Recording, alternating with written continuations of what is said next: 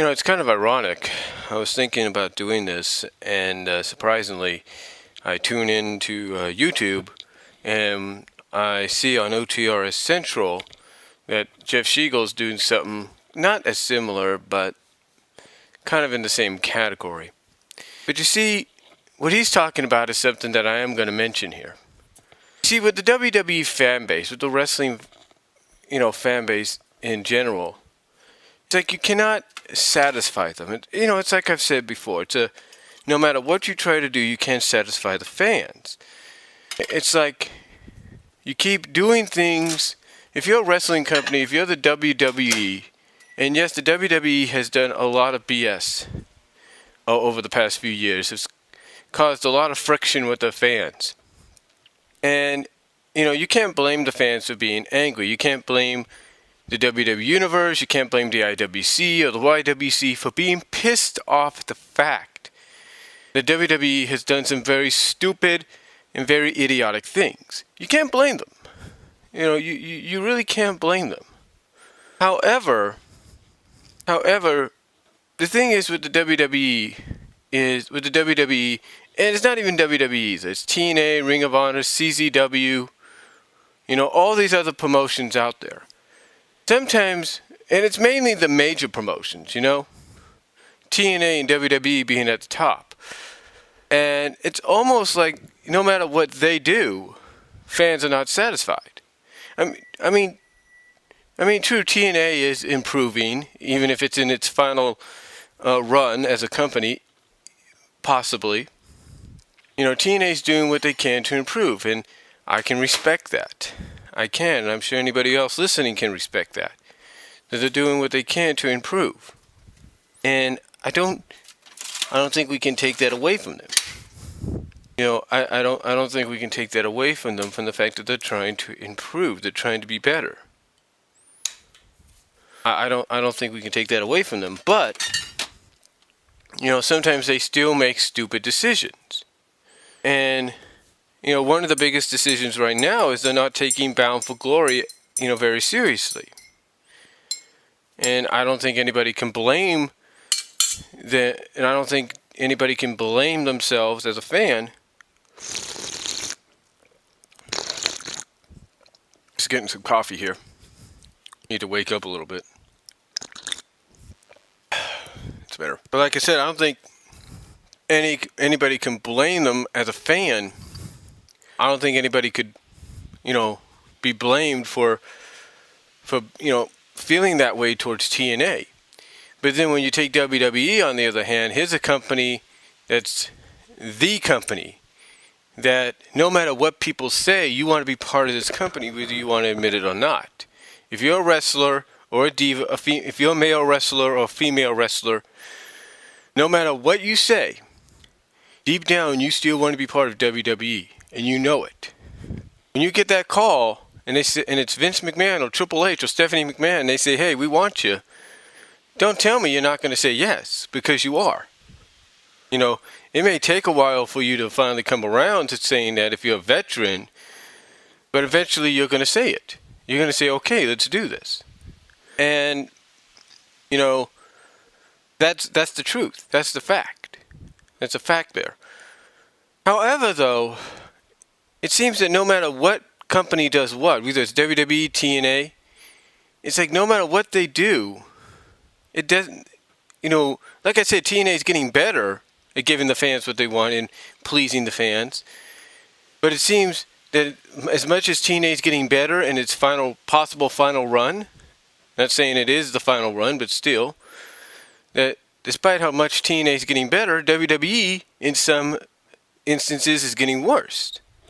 It's like WWE picks its spots, if you will, to, decide, okay, now we're going to give the fans somewhat of what they want, or now we're going to do this. That way the fans get off our backs. Like last night on Monday Night Raw in Brooklyn, they brought The Rock back. And there's been a pattern lately that every time since Monday Night Football's come around, there's been a pattern that they always save the big moments for halftime. Yeah, when Monday Night Football goes to halftime, it's like, okay, bring in the big moment. And usually that gets people's attention. That gets people to flip over. And that's basically saying, hey, look, we're giving you what you want, but halftime's over, now we're going to go back and giving you the crap that you don't want. And like I said, fans can't be blamed for being angry. Can't blame them. It's like, yeah, you tease them by giving them this, but then you go back and give them this. Like, you don't know what you're doing. And, when it comes to someone like Brock Lesnar, it's like, yeah, you gave them what they wanted when they say, bring this guy back, and he came back. You gave them what they wanted when you made him champion, but now what?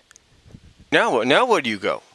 Do you let him just wait until the Rumble to defend? And one thing Jeff Siegel was just talking about in his video was, where are the people now that were critical about The Rock being champion, and being very vocal to the fact that he wasn't defending the belt like he should, and yet, where are they now with Brock as champion? Well, here's what I think's going on. You see, the WWE is trying to basically give the fans what they want, right? So in their minds, they probably have it worked out to where even if they do have to bring Brock back a little earlier than planned to defend the belt, they're basically saying, hey, you fans that follow Brock Lesnar in the UFC, we're giving you a UFC style like title defense or title schedule. That's what it is. See, the fans basically, the reason they're not saying anything is, one, yes, Brock Lesnar annihilated John Cena. Okay, he beat him. He beat the crap out of him at SummerSlam. So, where do you go from here? Where do you go from here? Right? You have him lose to Cena at Night of Champions. Where do you go from there? And now, you have him off until possibly the Rumble. And this is all because you want to please the fans that are still critical towards you. I mean, sooner or later, these fans are going to be like, well, when's the belt going to be defended? I mean, we're heading up on Survivor Series next month. When's the belt going to be is the belt going to be defended there? That's a Big Four pay-per-view. That's one of the original in fact, that's one of the first two original Big Fours. So when is the belt going to be defended? Then? Or is it not? You see, when we reach that point, that's when fans are going to be like, well, wait a minute, it's a Big Four pay-per-view. It's not Hell in a Cell. It's not TLC. It's a Big Four. Brock should be here. You see, what it is that no matter what the WWE does, they can't please everybody. No matter what TNA does, they can't please anybody. You give them, WWE gives people Brock Lesnar champion. They don't say anything unlike what they did with The Rock. Why? Because Brock Lesnar's a real fighter. He's a real competitor. He's a real wrestler. And that's why they don't say anything. And it's also because he beat the crap out of John Cena. He exposed him. He exposed him as a fraud. And it's like, seriously? That's why you're not saying anything? Because he exposed Cena as a fraud in your eyes? Look, there's a lot of us, and believe me, I understand and respect where you're coming from. There's a lot of us, including myself, that do want to see change at the WWE. We want to see the WWE kind of be like it used to be. We saw some blood at times. We saw, superstars and divas being able to say what they want when they want it. Not have to be scripted or promoted. I'm used to seeing, I would love to see that again, that kind of stuff again. Not stuff to where you potentially have, not stuff where you potentially have a team of Adam Rose and a person in a bunny suit being talked about being talked about possibly winning championship gold. Yeah. I'd rather see a very ruthless aggression style come back in some ways compared to seeing a potentially good superstar in Adam Rose, who's a future of the WWE, one of the bright futures of WWE, winning tag team gold with somebody in a bunny suit. What sense does that make?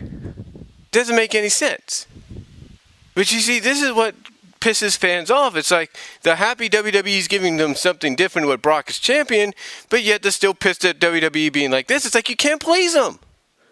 And yet when you have Brock off television, now you have fans, some are going like, well, wait a minute.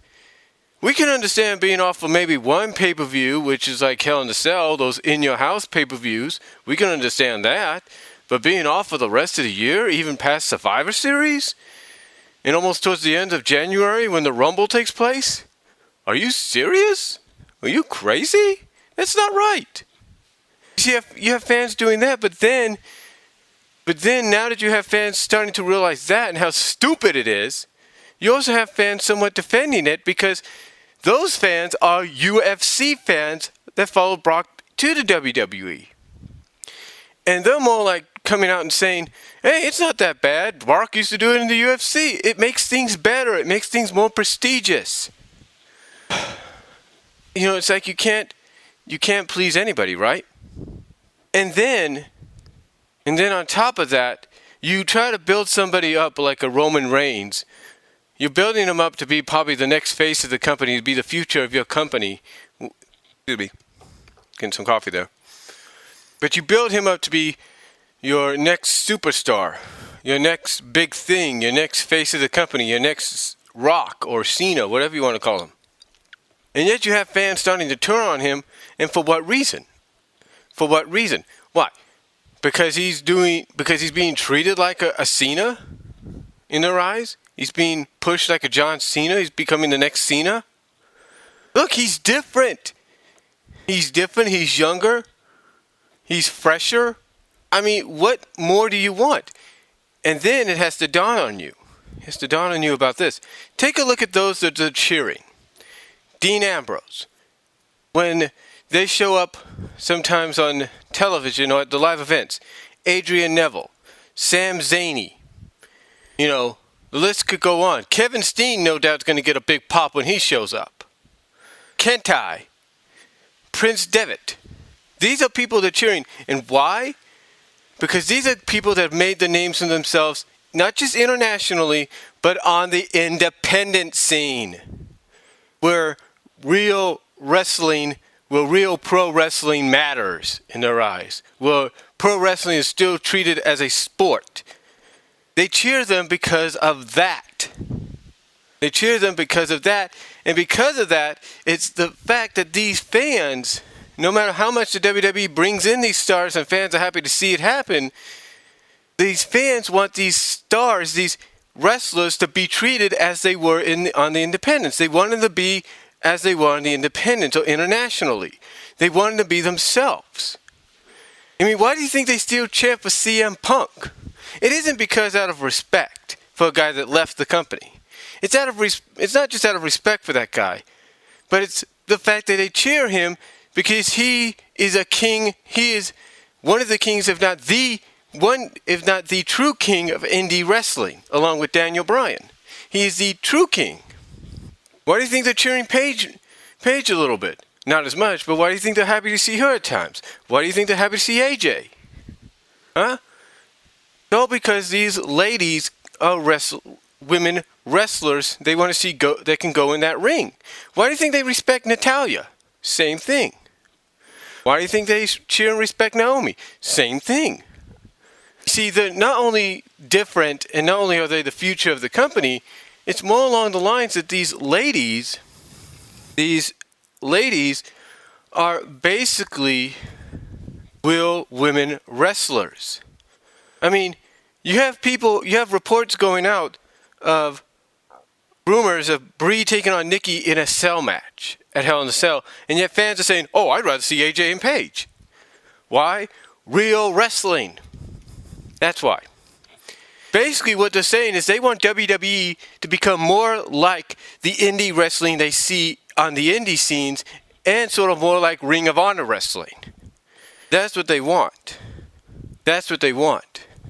And WWE's trying their best to give it to them. The same with TNA. It's like you can't please them. But this is mainly what it is with the wrestling community. It's like no matter what you do, no matter what WWE or even TNA does, they can't please the fans. And on top of that, in closing, what fans want is that one key, that one spear that's going to unlock the door and pop the bubble that the WWE is stuck in right now and get them back to what they used to be. And that's all I'm going to say on it. That's all I'm going to say.